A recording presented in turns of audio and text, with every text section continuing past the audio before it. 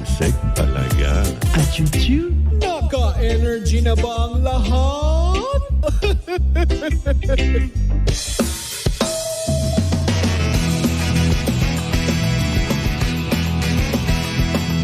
Ang pinakasikat na FM.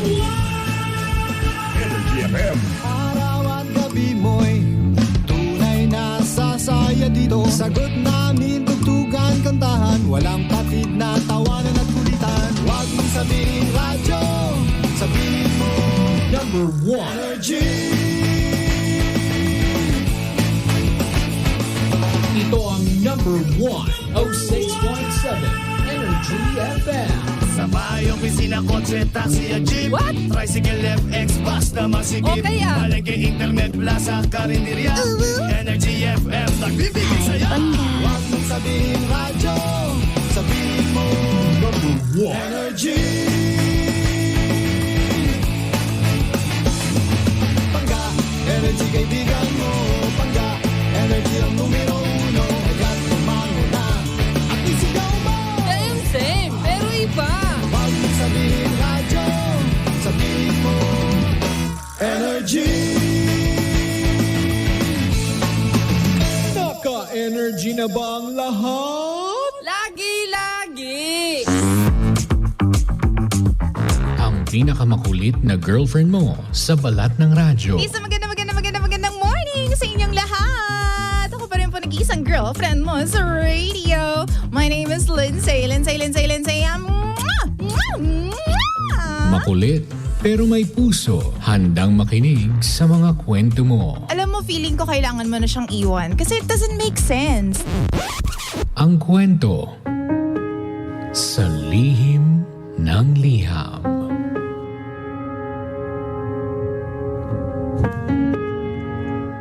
Mahal kong Lindsay. Gusto ko lang po sanang humingi ng advice para sa mga kapwa kong babae na atapang atao. DJ Lindsay, ano po ba ang maipapayo po ninyo sa mga babaeng katulad ko na nag-first move sa lalaking gustong-gusto nila?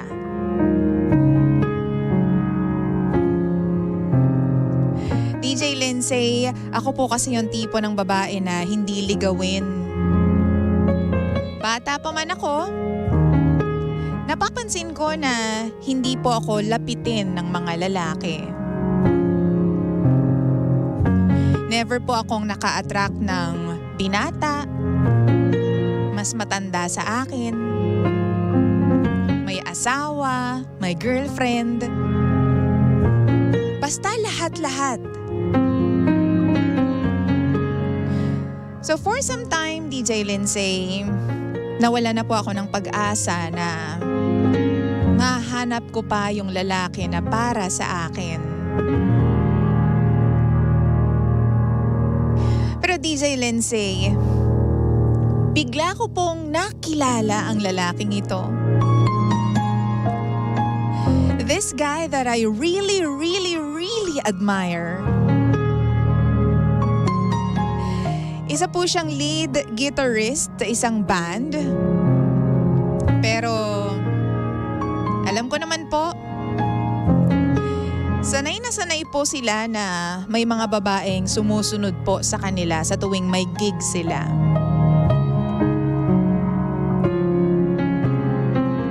Alam ko rin po na normal naman po sa ating mga babae na humanga sa isang lalaki na magaling tumugtog ng gitara o ng kahit ano pang musical instrument. Lalo pa at miyembro siya ng isang band.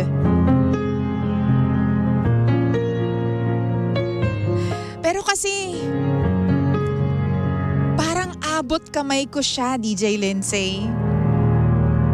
Napakarami po ng chance na pwede ko siyang kausapin, makabanding, puntahan. Kasi napakarami po namin common friends, DJ Lindsay. At alam mo yun, Para po kasi akong na-love at first sight sa kanya. At dahil nga po marami kaming mga kaibigan, nakikita po nila na ini-story ko siya at pinopost. Palagi nila akong tinutokso na single nga daw yung guy na yon. Tapos, single din naman ako. So ang sabi nila sa akin, go! I-chat ko na raw. Kaso hindi ko po alam eh. Natatakot po kasi ako na baka ma-reject po ako. Gumawa naman po ako ng first move. Inad ko po siya doon sa Facebook.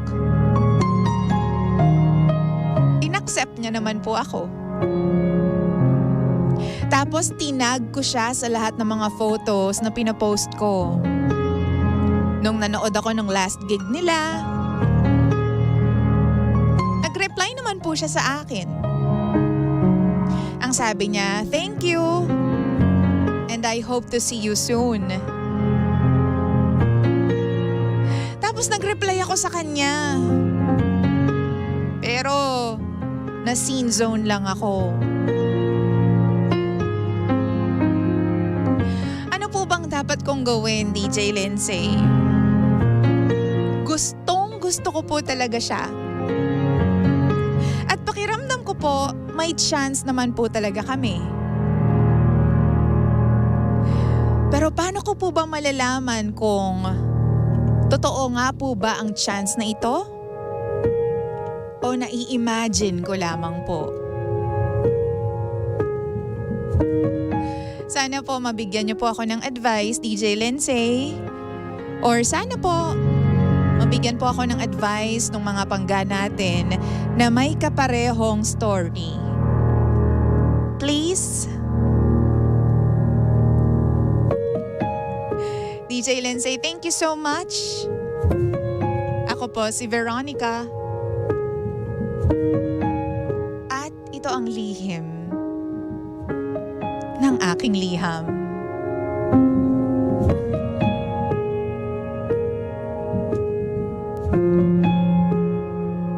Lihim ng liham.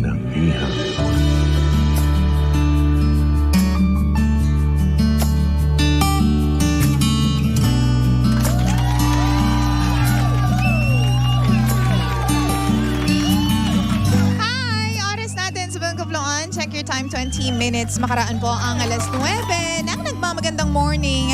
Wait ka lang, Veronica, ha? Kasi itong si Kuya Arturo Resio Jr. ay hindi na naman po tumawag sa atin. Sinasabi ko, sinasayang nyo talaga yung mga pagkakataon na pwede kayong manalo ng 500 pesos. Oo. Wala na yung 500 pesos. Wala na yung 500. O kuya, nakakaloka ka. Oo. Bakit ako Gina G? Sayang kasi, mamaya ako tatawag sa'yo Kuya Arturo ha, kung may nakakakilala man po kay Kuya Arturo Resio ng GMA Terminal. Tawagan ko siya kamo, oo. Pero 200 pesos na lang. O kahit pa paano may 200 pesos, di ba? Okay Oo. Well, isa magandang morning mga bangga. This is Lihim ng Liham, ang programang wala kang matututunan, pero meron kang mararamdaman. Oo. Hello po sa inyong lahat. Nako Veronica, alam mo, ito ay problema ng napakaraming fangirls ng mga bands na yan, ng mga artist na yan. Oo. Naku, sinasabi ko sa iyo ha, marami din, bukod sa iyo, marami ring mga babae na nakakaramdam ng nararamdaman mo ngayon. Hindi lang ikaw. Oo, ano ka ba, Hindi lang ikaw. Kasi alam mo, merong mga habit yan. Well, una sa lahat pala, maganda na, alam mo yon, meron ka nang nagustuhan na lalaki, na meron kang ina-admire na lalaki, di ba? Wow! Kasi alam alam mo, feeling ko, isang beses lang or dalawa, basta hindi maraming beses na pwedeng mangyari sa buhay mo na, alam mo yon, yung sobrang kikiligin ka sa isang lalaki o sa mga lalaki, di ba? At minsan, kung sino pa yung pinakakinakikiligan natin, siya pa yung mailap. Di ba? Siya pa yung hindi natin makuha-kuha. Oo, di ba? Hello naman sa mga kapwa ko babae na malakas ang loob pagdating sa mga gusto nilang lalaki. Wow! O, ganyan din ako, wag kang mag-alala. So ito na nga, from one atapang-atao woman to another atapang-atao woman. O sige, ayan ha. Alam mo girl, ang masasabi ko lang, hindi lang ikaw ang nakakaramdam ng ganyang feeling, no? Sa dinami-dami ng nakikita at nakikilala ng mga babae, ng mga band members or musicians, sa araw-araw na nagigig sila or linggo-linggo na nagigig sila, marami silang tini-thank-youhan at marami silang nire-replyan. Oo. Hindi lang ikaw, 'di ba? Kasi they have to be nice. Pero alam mo, kung meron naman kayong mga common friends at sa tingin mo talagang within reach siya, meron talagang pagkakataon na maging kayo, o edi start with being friends with him na lang muna. Oo, wag mo siya masyadong takutin na, alam mo yun, i-bombard mo siya, tatagtarin mo siya ng mga I like you messages or super magpaparamdam ka sa kanya. Kung ako sa'yo, kung meron namang chance na maging friends muna kayo, maging friends muna kayo. Diba? Kasi mas magandang pundasyon yung magkaibigan muna kayo di ba? Yung tipong nagsisimula sa tiwala. Kasi iba talaga kapag halimbawa fan mode ka tapos gustong-gusto mo siya, magte-take advantage lang yan sa'yo. Di ba? Eto kahit hindi personality yung mga gusto ninyong tao. Kapag gustong-gusto mo yung isang lalaki o isang babae at sobrang tinataas mo siya sa pedestal, di ba may mga pagkakataon na makikita nila na, uy, pwede ko tong pwede ko i-take advantage to. Gustong-gusto niya ako Ganyan. So doon nagkakaroon kasi ng problema when we think highly of others, di ba? Of that specific person. Diyan nagkakaroon ng problema. May mga pagkakataon na maaari tayong maabuso just because gustong-gusto natin sila, B. Oo. Kaya I'm telling you, kung gusto mo siya, chill na gusto lang. Chill na gusto lang. Kung gusto mo maging friend sa kanya, be friends with him or her, di ba? Ay, hindi. Pero dito kay Veronica, be friends with him lang muna. Tapos, kahit pa paano, pwede ka naman magkagusto sa kanya from afar. I mean, alam ko yung feeling na kinikilig ka, pero contain your kilig, girl. Contain your kilig.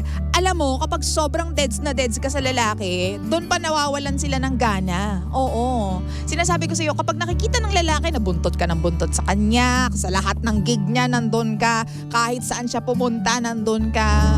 Ay, sinasabi ko sa iyo, walang challenge. Oo. Hindi ka niya hahabulin So, maaaring maging kayo, pero kapag nakakita yan ng babaeng gustong-gusto niya din, ay iiwan ka niya. Ganoon lang yun. Iiwan ka din niya para doon sa taong gustong-gusto niya naman, 'di ba?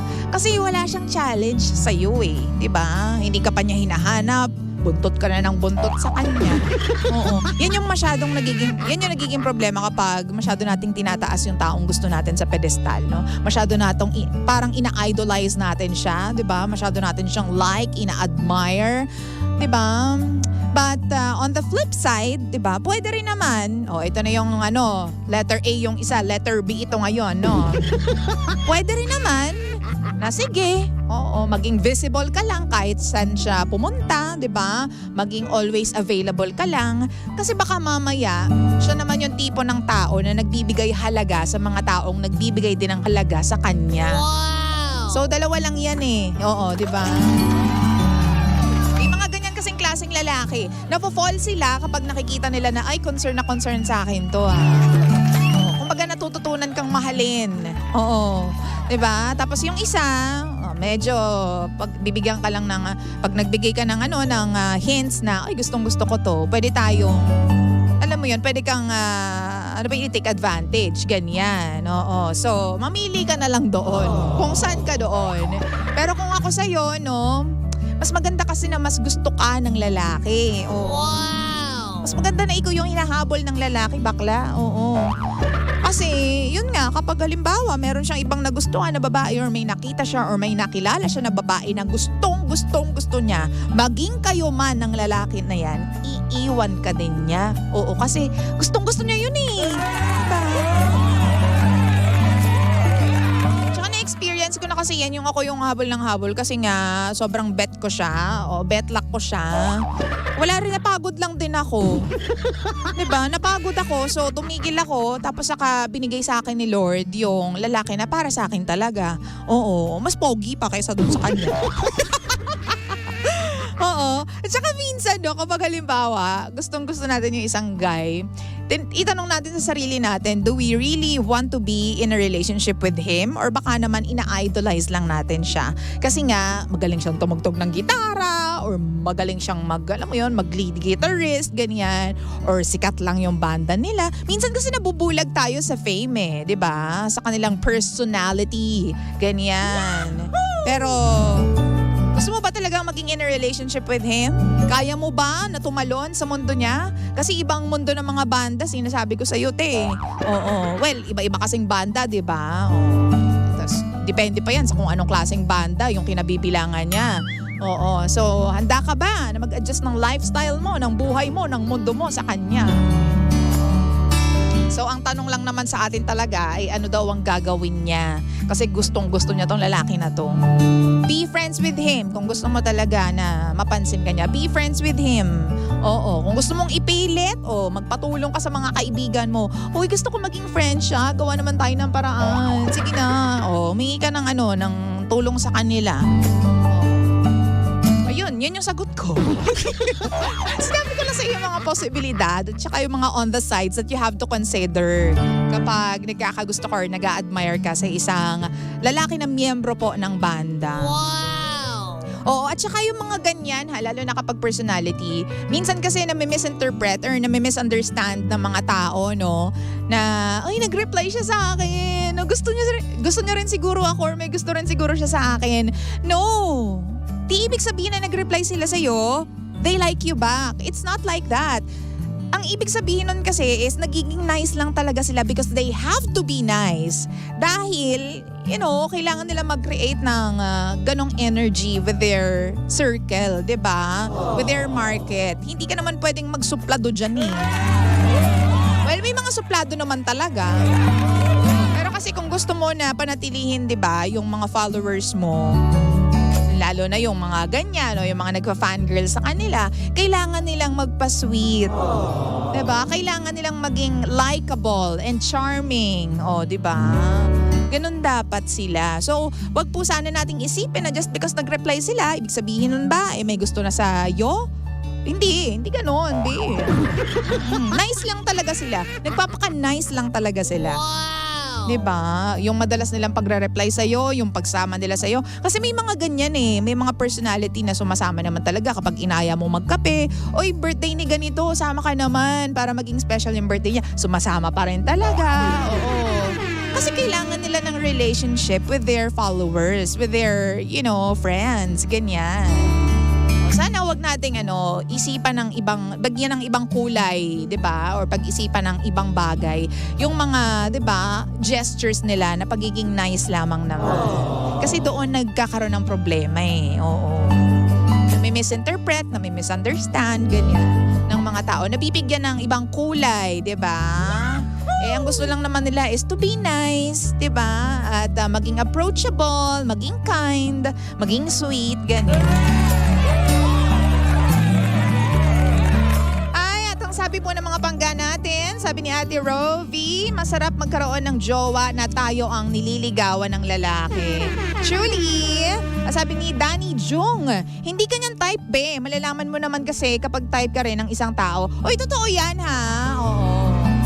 Malalaman mo talaga. Hindi mo na siya kailangan i-message pa or mag-first move kasi siya mismo mag-first move sa'yo. Oo. Diba may ganon? O di kaya naman kapag halimbawa nasa gig ka, kapag hindi natanggal yung tingin niya sa'yo, ibig sabihin nun, oy, attracted siya sa'yo, B. Oo. Pero syempre, ay naku, ang dami kong pwedeng sabihin. Ganyan. Ano ano ba sabi dito? Sabi ni Arch, these are different times. The girl making the first move is not uncommon na. That being said, kung gusto mong magparamdam, make sure na you can gauge your interest ng guy, di ba? Kasi ayaw mo din naman na mag-set ng lofty expectations only to get disappointed. Best to get to know each other on the surface muna. O totoo naman yan. Sabi ko nga, create ka muna ng friendship, yung pundasyon muna. Tsaka naku, kapag naging jowa mo yung mga yan, or yung mga tulad niyan, kapag nasa band, naku, overthink malala araw-araw ka dyan, sabi ko sa'yo. Di ba? Sabi po dito, wag kang excited magka-jowa, sender, para hindi ka iiyak sa bandang huli. So, yun, Veronica, okay lang yan, maging friends muna with him. O di kaya naman, kung gusto mo madali ang paraan at gusto mo talaga siyang, alam mo yun, makilala ng mabilis na paraan, o edi, i-like mo lahat ng post niya. O, di ba? Pumunta ka sa lahat ng gig niya. Baka sa ganung paraan, mapansin ka niya. So, yun lang naman ay para sa akin. Okay, 9:32 na po ng nagmamagandang morning. Mahal ko, Panggako baby ko. Thank you so much for tuning in. And for Veronica, thank you for sending in your story dito sa Lihim ng Liham. Giving you this song from Kim Chu. This one is called Mr. Right. Actually, you'll never know kung siya na nga talaga si Mr. Right. Baka ikaw pa ang Miss Right para sa kanya, di ba? Hindi natin alam. So you'll have to find out. Isang araw na di handa, naglaro ang tadhana.